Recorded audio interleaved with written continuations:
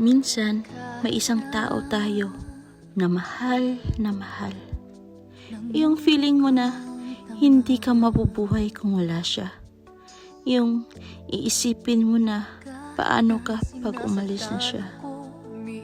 Pero kahit anong pilit at pagmamakaawa man ang gawin natin, kung ang tao na ito ay ayaw na sa atin, wala na tayong magagawa doon. Ang hirap pilitin or ipilit ang sarili natin sa taong mahal natin. Pero siya, sumuko at ayaw na sa atin. Masakit, oo.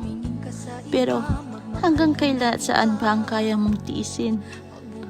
Okay lang ba na magiging tanga ka na lang habang buhay? Palagi mong iisipin na oo, mahirap at masakit mag-move on. Pero mas mahirap at masakit ang umasa sa wala.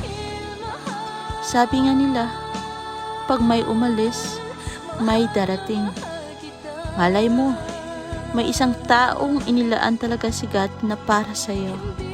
Yung hindi mo na kailangan pang magmakaawa at mamahalin ka ng buong buo.